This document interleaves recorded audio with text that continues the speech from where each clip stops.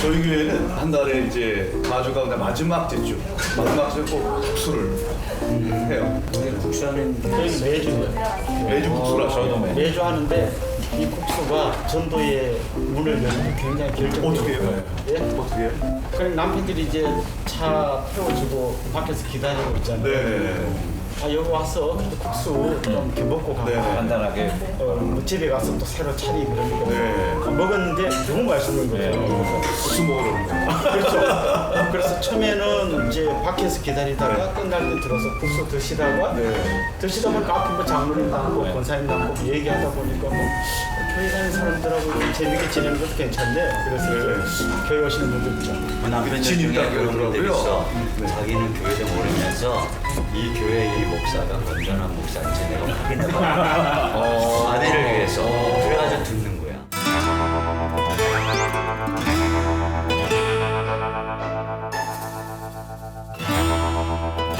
전도를 좀 해보시면서 이 그 교회 개척과 관련해가지고 먹는 것과 관련된 전도 이게 효과가 같다 이런 거 있으세요? 이거는 뭐 예수님의 가르침입니다. 예수님은 얼마나 많이 드셨던지 네. 먹기를 탐하는 탐하는 자라, 자라고. 포도주를 즐기는 자라. 네. 그래서 예수님 모임하면 웬만한 걸 드시고 네. 그랬기 때문에 먹는 거 진짜 잘하는 교회가 건강교회. 아, 그래. 어떻게 하세요? 우린 그냥 늘지 않고 가요. 근데 이게 전도를 해봐도 그러니까 먹는 거를 뭐 예를 들면 뭐 부침개를 한다, 네. 뭐 불감을 한다, 차를 한다 이런 네. 전도를 하잖아요. 근데 그것 때문에 전도되지는 않는 것 같아요.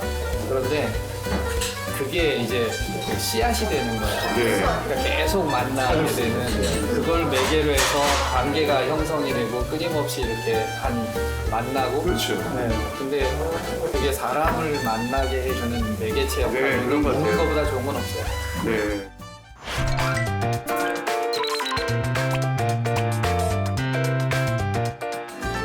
오늘 우리가 잔치 음식 먹고 모이니까 아주 더 기분이 좋은 것 같습니다.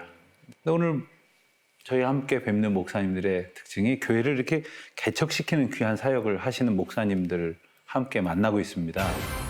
그런데 이전에는 없던 개념이거든요. 개척은 개척인데 분립 개척.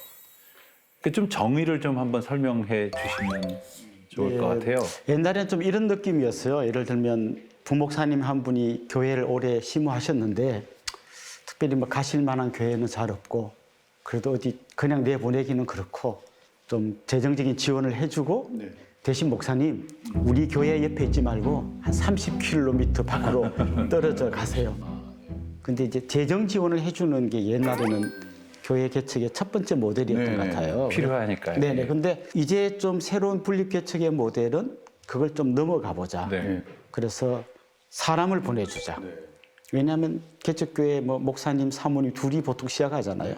그러면 한 30명 그 되는 자립되는 교회에 되려다가 결국 못하고 주저앉고 많은 교회 대부분이니까 우리가 그럼 첫 출발을 좀 깊게 해서 교회들이 자립하고 일어설 수 있게 해주자. 이렇게 해서 이제 성도를 좀 적극적으로 파송하는 개념으로 간 게 이제 우리들이 지금 경험한 그런 의미의 분립 개척인 것 같아요. 그러니까 지금 말씀하신 거에 우리가 추구하고 있는 분립개척을 개념을 두 가지 더 얘기하라고 한다면 이제 예전에는 이제 가서 네 마음껏 네가 갖고 있는 목회 철학을 가지고 해봐라. 그거였어요. 근데 이제 저희들은 이제 초점이 네트워크예요. 큰 숲을 이루어서 그 도시를 변화시키는. 근데 여기에 이제 중요한 초점을 두고 있는 거거든요. 그럼 멀리 가면 안 되잖아요. 또 성도들도 가려고 그러면 멀리 가면 안 되잖아요. 또 지역사회를 변화시키려면 한 지역사회 속에 있어야 되잖아요. 함께. 그렇죠. 그래서 멀리 가지 않고 성도들이 따라갈 수 있고 그리고 함께 한 도시를 변화시킬 수 있는 그런 선에서 이제 파송을 하는 거죠. 그리고 함께 목회 철학을 공유하는 거예요. 모든 뭐 인사, 행정, 또 재정 다 독립적이지만 목회 철학과 비전 하나만큼 함께 공유하는 거죠. 그런데 거기서 한 가지만 더 얘기하면 그러면 이제 우리 교회만 그렇게 하는 게 아니고 예를 들면 지금 말씀하신 이기현 목사님은 이제 화성에서 우리는 이제 수원 광교에서 또 목사님은 이제 성남에서 하시거든요. 그러면 그 지역에서 함께 그 지역사회를 위해서 하는 이 우리들끼리 또 함께 이런 목회 철학과 비전을 나누는 거예요. 그래서 전체가 이런 어떤 건강한 복음적인 목회 철학을 가지고 한번 도시를 또 지역사회를 한국교회를 변화시키자. 근데 여기까지 이제 그림을 그리고 있는 거죠.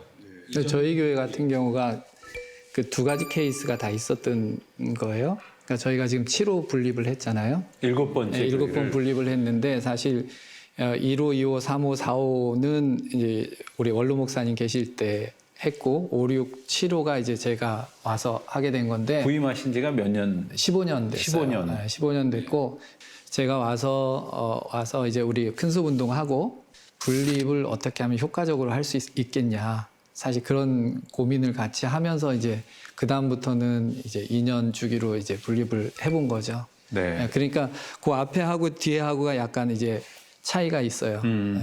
그러니까 큰 숲 운동이라고 지금 이제 표현해 주셨는데 그걸 먼저 좀 간단하게 설명해 주시겠습니까? 큰 숲 운동은 뭐 개념은 이런 거예요. 나무 하나가 크게 자라면 보기도 좋고 멋있어 보이지만 태풍 같은 거 불면 그 나무가 제일 잘 부러져요.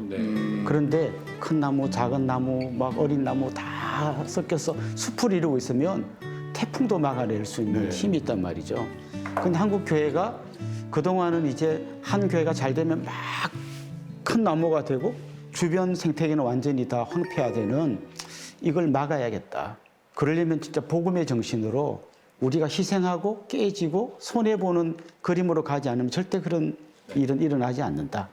그래서 사람을 오히려 보내서 우리 교회가 큰 나무 되는 거는 오히려 막고 숲을 이루는 걸 해보자. 이게 큰 숲 운동이고요. 큰숲 운동이라서 맨 처음에 환경부에서 무슨 운동하는 줄 알았어요. 네. 그러니까 그 큰숲 운동을 이제 복음적으로 조금 연결하면서 우리가 전환시킨 게 이제 시티 투 시티 운동으로 하면서 그러면서 이걸 그냥 교회 분립이 아니라 이게 복음적인 성향에서 어떻게 가는 게 정말 한국 교회를 살리는 운동이냐 사실 그렇게 해서 여기까지 오게 된 거죠. 그렇다면 그런 흐름이 이 시대 가운데 특별히 어떤 복음적인 의미를 가질 수 있을까를 좀 간단하게 어느 분이 좀 설명해 주시겠습니까? 이제 우리가 하고 있는 분립개척의 핵심이 지금 말씀하신 큰 숲, 그러니까 생태계에서 생태계. 근데 이게 생태계라고 하는 것이 갑작스럽게 뭐 이제 포유류가 많아지면 초식동물 다 잡아먹으면 나중에 본인도 굶어 죽잖아요. 초식동물이 너무 많아지면 풀이고 뭐고 다 없어지고 그렇게 되면 결국 초식동물이 멸망하고 포유류도 죽게 되고 사실 이게 하나의 나무가 큰 나무가 되면 보기는 좋은데 이제 결국은 이 생태계 문제가 심각해지잖아요. 그런 면에서 창세기에 보면 바벨탑을 하나님께서 금지했는데 그걸 가만히 보면 어디도 그들이 무슨 죄를 범했다 이런 게 없어요.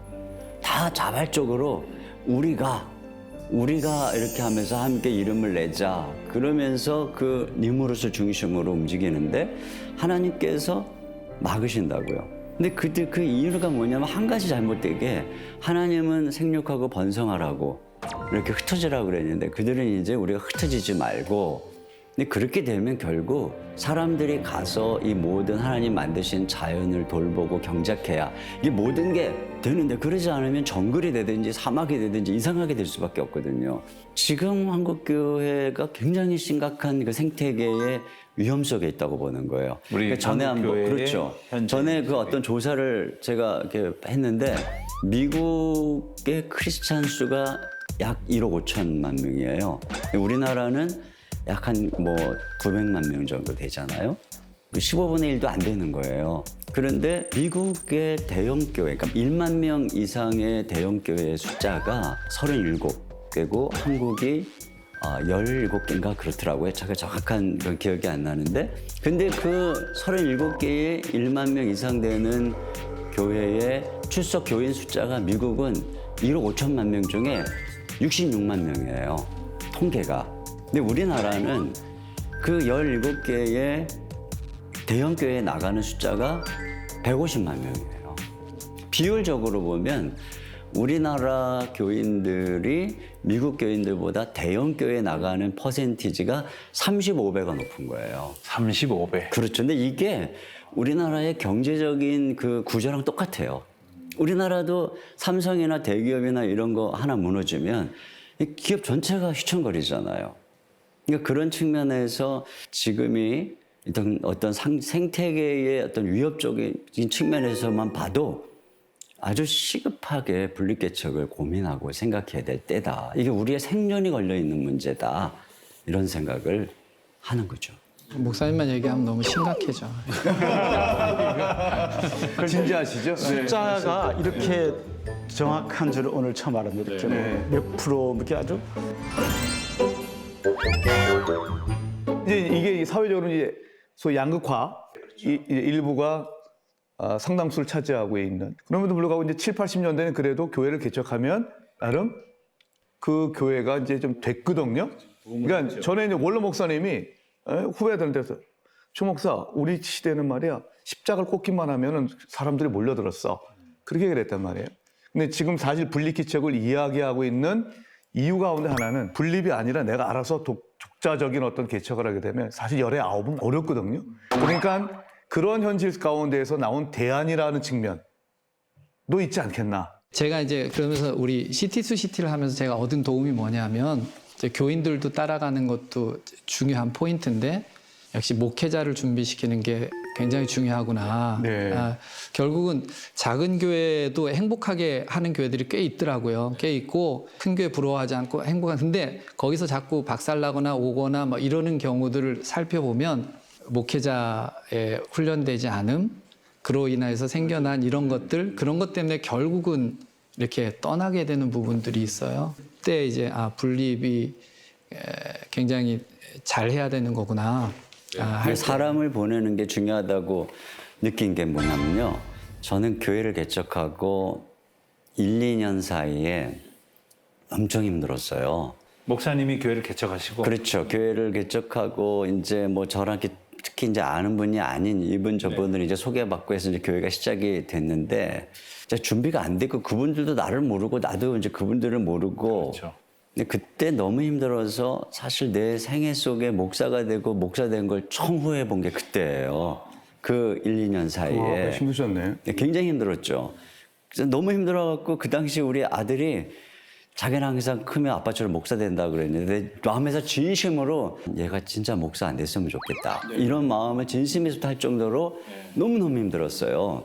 오죽하면 그러니까 이제 제가 분립개척을 하면서 이제 나가는 목사님 불러놓고 저의 교훈을 이제 이렇게 교회 개척이 이렇게 어려운 거다 하고 다 얘기를 하고 이제 내보내요. 그리고서 1년쯤 있다가 불러서 어땠냐 했더니 목사님이 말씀하신 그런 어려움은 지금까지 안 겪고 있고 그 2년째 불러도 그런 일이 없다는 거예요. 그 왜 그럴까 하고 생각해 보니까 이 나가는 분들이 우리가 다 이제 준비를 해서 함께 비전을 나누고 그 목사님하고 충분히 교감하고 그러고 가니까 제가 겪었던 쓸데없는 소모적인 갈등이 없는 거예요. 자, 그렇다면 교회가 개척을 할 때 금전적인 지원을 한다든가 행정적인 지원을 한다든가 하는 거는 말고 목회자를 어떻게 준비시키고 또 성도들은 어떻게 준비시키시는지 그 간단하게 좀 이렇게 좀 일단 뭐 지금 목사님 말씀하신 개념이 일종의 이제 인큐베이터 기관을 그 기간을 두자는 거거든요. 그러니까 목사님 개척하니까 여러분 가실 분 따라가세요 하면 누군 줄 알고 잘 모르고 안 따라가죠. 근데 한 몇 달, 길면 한 1년 정도 이 목사님하고 개척하기를 원하는 분들이 같이 기도회도 하고 비전도 나누고 같이 뭐 여러 가지 대화도 하고 목사님이 어떤 분인지를 좀 지켜보기도 하고 하는 이 과정을 겪고 가면 1년이든 6개월이든 하는 동안 가봤는데 목사님 영 아니야. 내가 뭐 들어보니까 영 나를 안 맞아. 그러면 안 가는 거예요. 아, 그럴 수도 있고. 또 오히려 별 생각 없었는데 자꾸 가보자 해서 어쩌다 한번 갔는데 보니까 목사님이 목회차이 너무 신선하고 말씀도 좋고 저런 분하고 개척하면 좋겠다. 그러니까 이미 갈 때 이 사람들이 원팀이 돼서 간다는 거예요. 그 보통 그 기간이 한 6개월에서 1년 정도. 네네. 저희도 그렇게 하는데 저희도 한 3개월에서 6개월. 그러니까 저희들 같은 경우는 어떻게 하냐면 이제 결정이 되면 오후 예배 같은 시간에 다른 곳에서 독립 예배를 시작을 해요.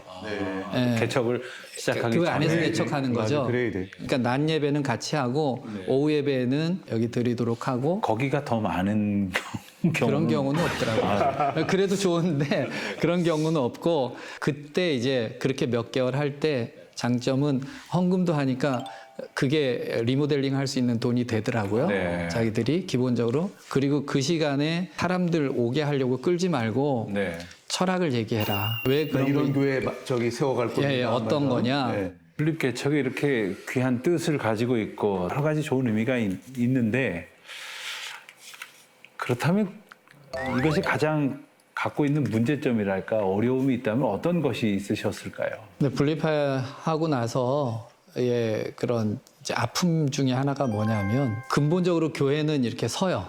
네. 기본적으로 좀 잘 서서 조금 시간이 지나면서도 서서 나가는데 제가 이제 보낸 입장에서 느끼는 어려움들은 어떤 것이 있냐면 거기서 힘들어하는 사람들이 생기는 거예요. 교인들 중에. 예, 다시 돌아오거나 아니면 어떻게 고민하는 분명히 갈 때 꿈을 가지고 비전을 가지고 갔어요. 그러면 이걸 굉장히 힘든 거죠. 여기 그냥 있게 할 걸 아니면 좋은 의도로 갔는데 그래서 이제 그런 걸 방지하기 위해서 파송이라고 생각해라. 돌아올 수 있으면 언제든지 돌아와라. 이렇게도 이야기를 하긴 하지만 네. 왜 그런 현상이 생기나 그랬더니 그거는 제가 판단할 때는 한 두 가지 정도 이유가 있더라고요. 그러니까 하나는 누구 잘잘못이 아니라 목회자하고 잘 안 맞을 때가 있어요. 부목사일 때랑 담임목사일 때랑 또 다른 거예요. 리더십이 있을 때 너무 좋고 잘할 수 있다 이렇게 생각 갔는데 가서 지내다 보니까 뭐 나쁜 건 아니지만 좀 이제 그런 부분에 있어서 힘든 부분이 미흡한 생기는 부분이 있을 수 거예요. 있고 만족스럽지 안 못하니까. 맞을 수 있죠. 그런 예. 부분이 있어서 계속 믿음으로 견딘다 하는 게 만만치 않은 경우도 있는 분들이 있고요. 다시 돌아오는 경우가 많이 좀 있습니까? 많지는 않고 돌아와요. 그래도 다른 데는 뭐 가지 마라. 돌아올 길을 열어줘야 돼요. 네, 돌아올 길 열어주죠.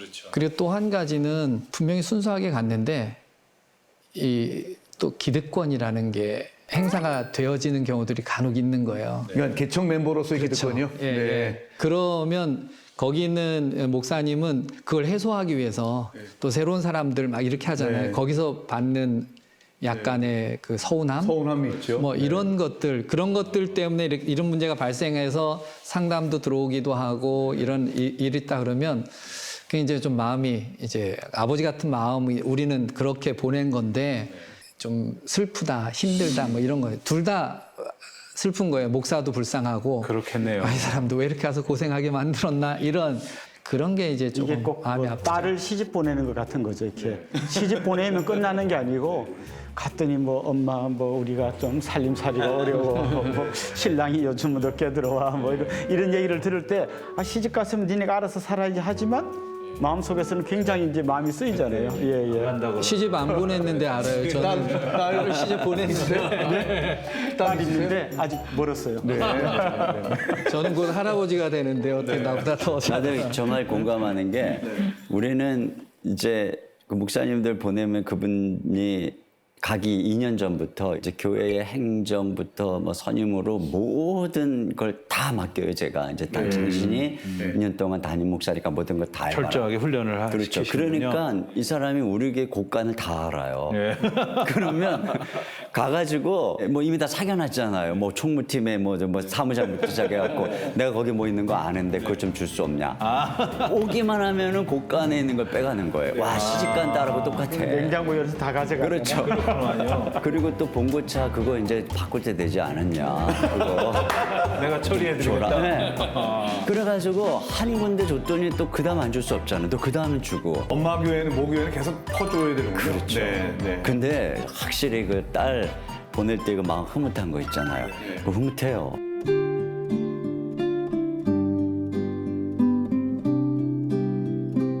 다들 잘 하시리라 기대를 합니다만은 만에 하나 담임 목사님과 부교육자로 만나셨는데 이렇게 지내보니까 개척 시켜 내보내기가 누가 봐도 좀 염려되기도 하고 또 아직 좀 더 훈련을 받았으면 좋겠는데 제가 하겠다고 차례도 아닌데 혹은 차례가 되었다고 이렇게 청할 때는 어떻게 하세요?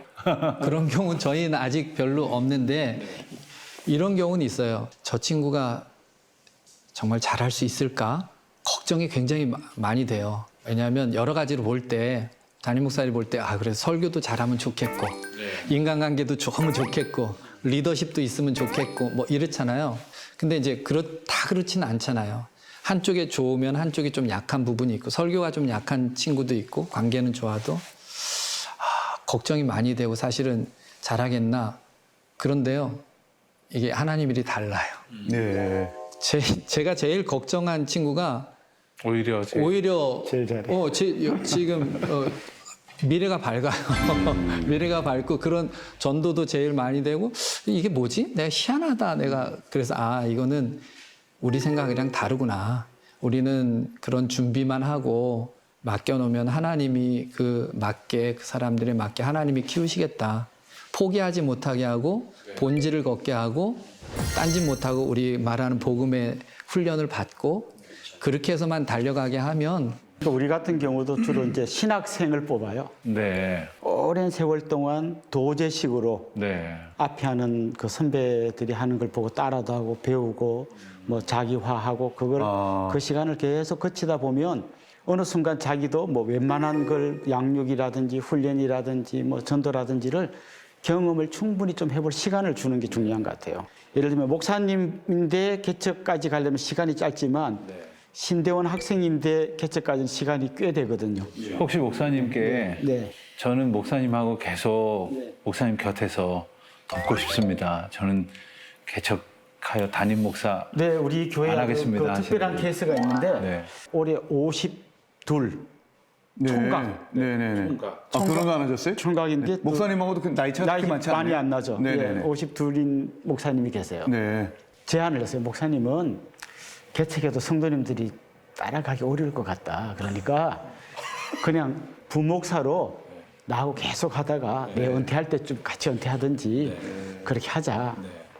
처음에 이분이 좋다고 하더라고요. 근데 이제 그동안 우리가 뭐 지성, 영성, 야성 이 세 가지는 항상 있을 것인데 그중에 제일은 야성이다. 이걸 계속 강조해서 그런지 어느 날 이 친구가 오더니 목사님 저도 개척을 하고 싶다는 거예요. 그래서 목사님 개척해도 잘 안 갈 것 같아요. 네, 솔직히 우리 사랑하는 마음으로 저는 목사님이 생각하는 그런 개척 말고 다른 개척을 하겠습니다. 그건 뭐냐? 저는 가난한 성도들을 대상으로 개척을 하고 싶습니다. 그러니까 교회 다니다가 낙심해 있는 사람들. 네. 근데 진짜 이 영혼 그 구원에 막 야성이 있는 거예요. 그래서 그럼 어떻게 해보면 좋겠냐? 일단 한번 그럼 우리 교회에서 전임 사역을 하지 말고 주일날 파트타임 사역으로 그 초등부 담당 목사님을 하고 월요일부터 토요일까지는 다니면서 가난한 성도들을 찾아다니는 거예요. 그래서 자기 옛날에 뭐 고등학교 동창인데 안 나가는 애, 군대에서 같이 다녔는데 안 다니는 애, 이거에서 월요일 날은 송도 가서 2명 데리고, 화요일 날은 일산 가서 3명 데리고, 이렇게 해서 한 15명을 매일 다니면서 그룹핑을 하고 있어요. 그래서 지금 이 친구를 내년 요맘때 이제 파송을 하려고 해요. 그래서 우리가 너무 하나의 모델을 하지 말고 다양한 모델을 하면 좋겠구나. 그러니까 사실 좀 다양하게 열어줄 필요 있다고 생각을 하고요. 그런 부분이 이제는 워낙 문화가 다양해지니까 개척도 다양한 개척이 충분히 굉장히 좋은 방안이라고 생각해요. 이거는 외국의 사례였던 걸 기억하는데 오토바이 좋아하는 목사님 할리 데이비슨 그 동호회를 너무 잘하는 거예요. 찾아다니고. 그래서 그쪽으로 해가지고 교회를 개척을 했어요. 아마 그쪽 교회는 아마 할리 데이비슨 딱 타고 오늘 어디서 모여가지고 예배 드립시다. 와, 멋지네요. 근데 저는 목사님들 말씀 들으면서 우리 목사님들께서 뭐 넉넉한 마음으로 지금까지 다 품어주시고 이해를 해 주셨으리라 생각을 합니다만 아무래도 남몰래 속 썩으신 일들도 많이 있으셨을 것 같아요. 혹시 뭐 이제 그러니까 속삭였던 저의 소갈이는 이제 떠나는 성도들로 인한 소갈이죠. 네. 그러니까 이제 그 한 번은 이제 이렇게 설교를 하고 났는데 어떤 권사님이 뵙자고 오신 거예요. 근데 앉자마자 막 펑펑펑 우시는 거예요. 권사님 왜요? 무슨 일이 있어요? 그랬더니 하시는 말씀이 저는 한 번도 목사님 설교를 안 듣고 생활하는 걸 생각해 본 적도 없고 이 교회 떠나는 걸 생각해 본 적도 없고 내가 얼마나 우리 교회에서 은혜를 받고 그 믿음으로 가정을 섬기는지 우리 남편이 다 알고 애들이 다 알고 한참 그러시는 거예요. 근데 그러면 그냥 열심히 하시면 되죠. 왜 그러시나 그랬던데 말씀을 듣는데 하나님께서 가라 그랬다는 거예요.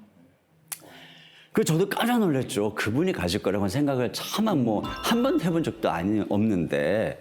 내시 안 갔으면 하는 마음도 있고. 그럼요, 당연하죠. 네. 근데 저 같은 경우에 그걸 이제 견디게 된 중에 첫째는 뭐냐면 이게 이제 목회 철학의 어떤 변화죠. 네. 그러니까 제가 예를 들어 성도님이 옆에 교회 간다 그러면 굉장히 마음이 서운할 거예요. 근데 그분이 해외 선교 나간다 그러면 뭐 떠나는 건 섭섭해도 이렇게 마음에 상처는 없을 것 같아요. 네. 그러니까 제가 분립개척을 그와 같은 하나님 나라의 소중한 하나의 그 도구로서 생각을 계속적으로 이제 생각하고 또 그걸 우리 동역자들과 계속 나누고 그러니까는 이게 받아들여지더라고요. 신학적으로 이해가 되니까 이분이 가는 것이 또 하나님의 나라를 위해 선교가 가는 것이다. 이렇게 생각하는 것. 또 한 가지는 이제 그런 일들이 계속 생겼을 때 어느 날 너무 마음이 아팠어요. 그리고 내가 왜 이렇게 이걸 하겠다고 선포했나. 이게 그 한 번으로 끝나면 좋을 텐데 이게 또 해야 되고 또 해야 되고 내가 왜 이 짐을 평생 져야 되나. 갑작스럽게 그날 이걸 괜히 했다는 생각 들고 감당할 수 없다는 마음이 드는 거예요. 그래갖고 기도를 했어요. 하나님께. 그때 이제 하나님께서 제게 준 생각이 두 가지였어요. 하나는 야, 이 세상에 의미 있고 가치 있는 일이 네가 그렇게 멋있는 얘기 한번 한다고 되어지는 건 줄 아냐. 의미 있고 가치 있는 일에는 희생과 아픔이 없이는 안 돼. 이게 이제 첫 번째 생각이었어요. 그러니까 목사님 말한 것처럼 감내해야 된다는 거였고 또 한 가지는 갑자기 떠오른 생각이었어요. 그러니까 지금도 너무 선명하게. 이게 뭐냐면 네가 은행에다가 돈을 맡겼어. 근데 급히 필요해가지고 돈을 찾으러 갔는데 그 은행에서 아까워서 안 줄라 그래. 그러면 너 그 은행에 갔을 때가 돈 또 맡기겠니? 이게 갑자기 기도하는데 떠오른 거예요. 하나님 어떻게 기가 막히는 게 그러니까 말이에요. 너무 기가 막히죠. 그래서 제가 그 순간에 하나님 잘 알겠습니다. 이게 주님 맡기신 거 필요하면 언제든지 인출하세요. 제가 잘 드릴 테니까 많이 애용만 해주세요. 필요하면 계좌 이체까지도 가능한. 네. 카드 안 가도. 그랬더니 더 맡기시고 더 그렇죠. 그러니까 제 마음속에 이제 그런 생각이 계속 드니까 제가 좀 내가 인출해도 천직이라는 생각을.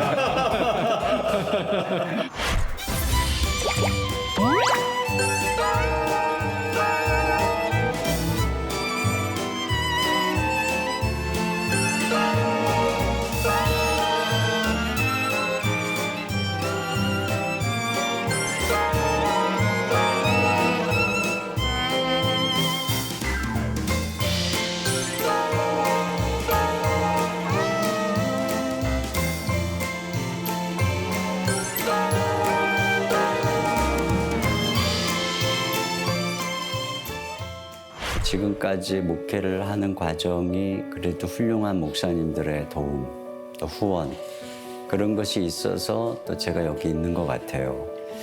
그리고 또 한국교회 여러 가지 부흥의 시기 그런 어떤 좋은 울타리 또 은혜가 쏟아지던 그런 환경 속에서 그런 면에서 보면 지금 우리 젊은 목사님들은 상대적으로 참 어렵지 않나 이런 생각을 해요. 그래서 많은 젊은 목사님들이 꿈을 잃어버리고 소망을 잃어버리고 하면 된다 이렇게 말하기에는 굉장히 어려운 상황.